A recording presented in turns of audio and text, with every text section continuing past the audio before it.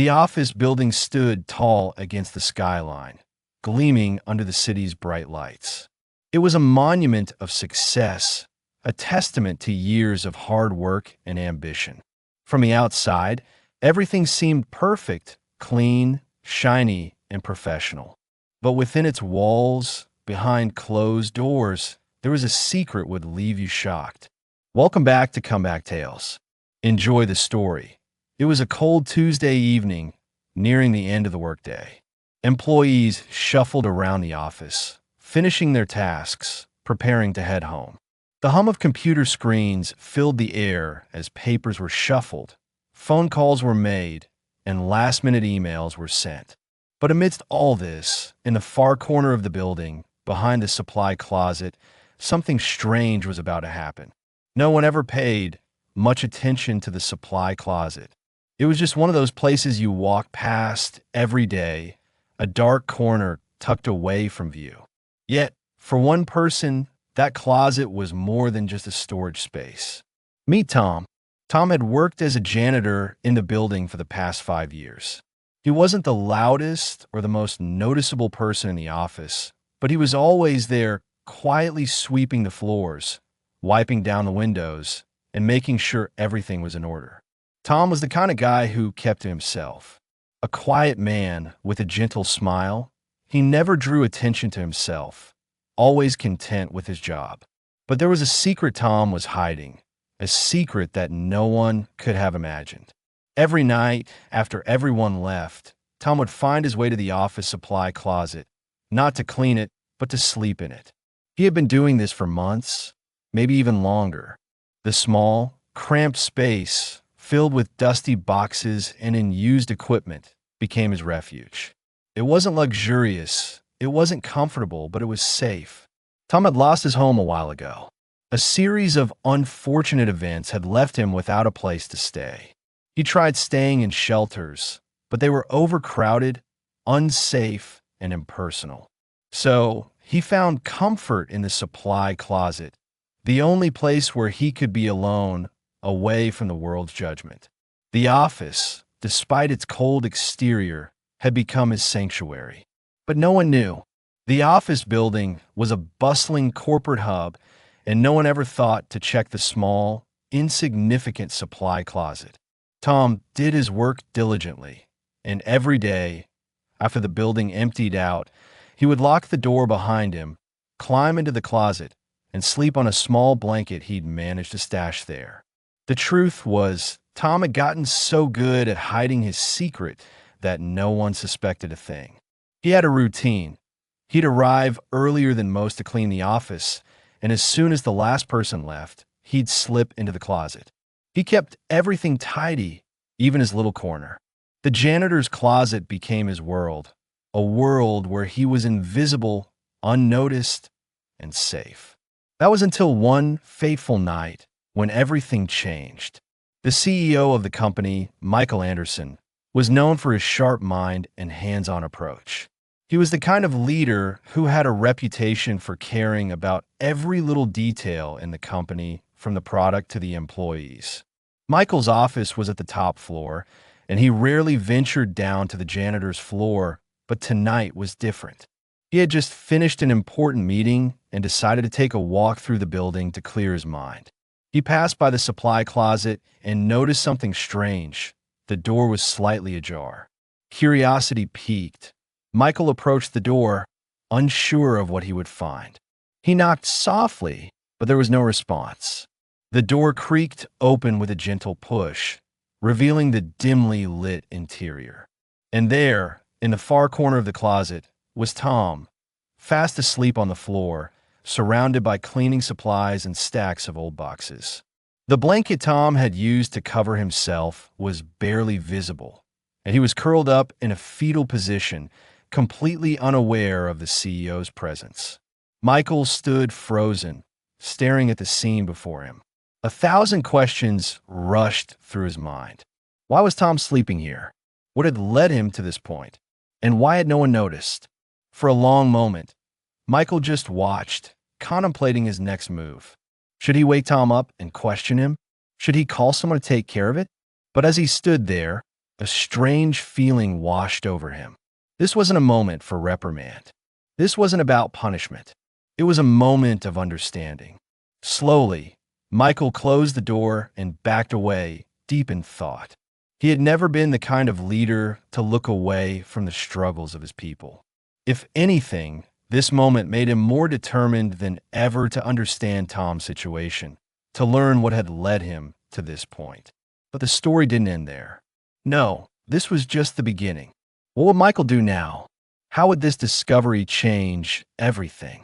The next morning, Michael couldn't shake the image of Tom sleeping in that closet. It kept replaying in his mind, tugging at something deep inside him. He had seen many things in his career: success, failure, ambition, and greed, but nothing had struck him quite like this.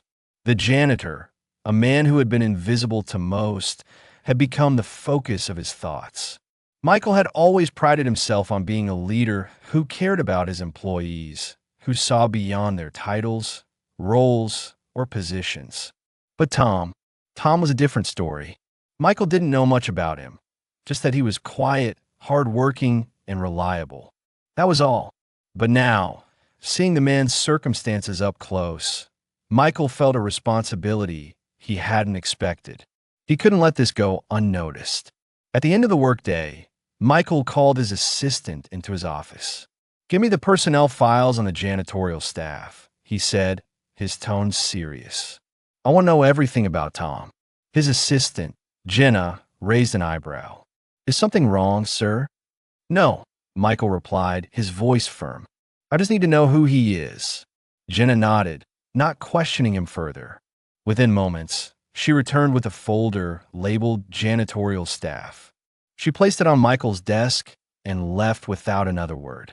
Michael opened the folder, scanning through the papers.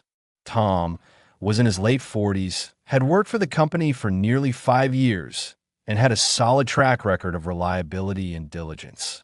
His file contained only one note that caught Michael's attention. Tom's family relocated out of state 2 years ago. Has no immediate family in the area. It didn't take long for Michael to piece things together. Tom had probably fallen on hard times after his family left. Without anyone close by, he must have struggled to make ends meet. The lack of support, the loneliness, it all made sense now. But the question remained, what could he do about it? Michael didn't want to overstep, but he also couldn't ignore what he had seen. He wasn't about to let Tom slip through the cracks. Michael knew that sometimes it only took one person to make a difference in someone's life.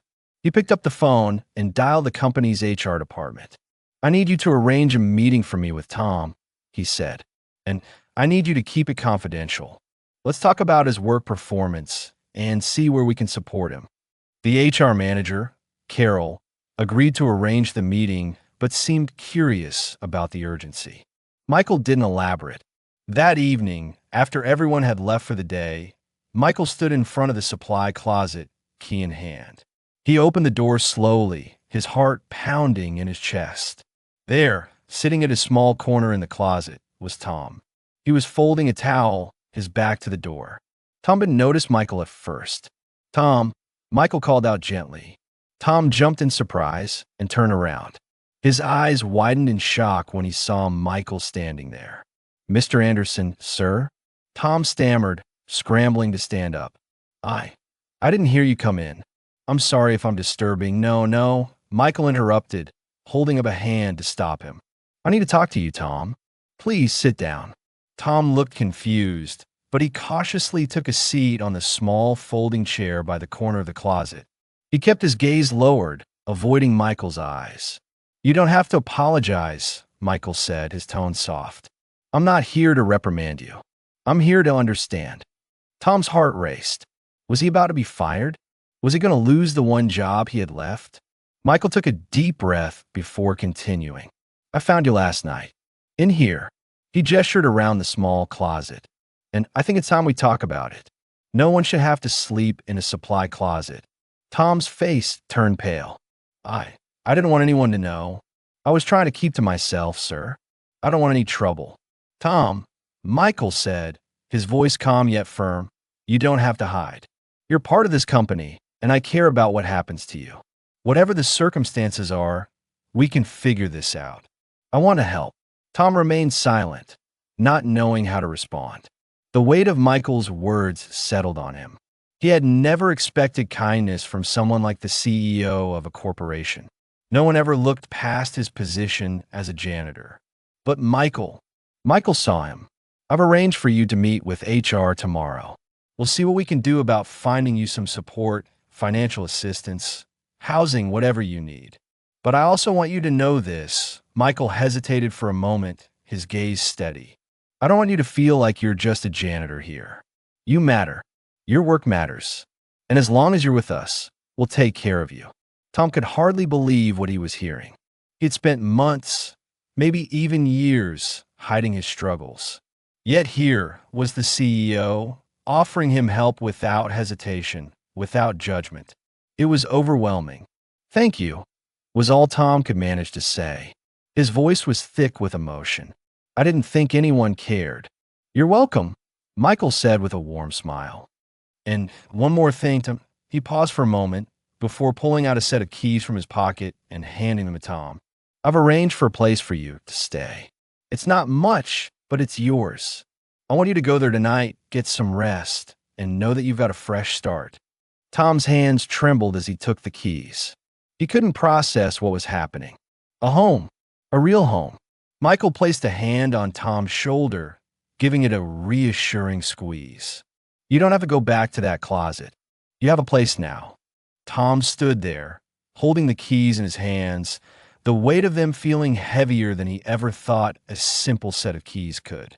His heart raced, and his mind struggled to comprehend the gesture. A home? For him? How could this be real? Michael stood beside him, watching Tom process everything. "It's just a small place, but it's yours. You can settle in, start fresh. Whatever you need, don't hesitate to reach out." Tom looked down at the keys, his throat tight with emotion. This was a kindness he had never imagined. He had spent so long in survival mode, waking up, doing his job, keeping his secret, avoiding the pitying glances of others. But here was someone who saw him, not just as a janitor, but as a person deserving of dignity, care, and compassion. "I don't know what to say," Tom whispered, his voice barely a breath. "Thank you. Thank you so much." Michael smiled, his eyes warm and understanding. "You don't need to thank me. Just take this opportunity and make the most of it. I know you can." As Tom left the supply closet for the last time, he couldn't believe the transformation happening in his life. The key in his hand symbolized more than just a place to sleep. It was a symbol of hope, of someone believing in him when no one else had. He wasn't invisible anymore. He wasn't alone. The small apartment Michael had arranged for him was modest but comfortable. There were no fancy luxuries, but there was warmth. There was a bed, his own bed. There was a kitchen with a small stove and a fridge that actually worked.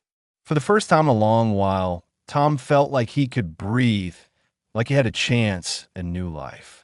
As he sat down on the couch in his new living room, a sense of peace washed over him.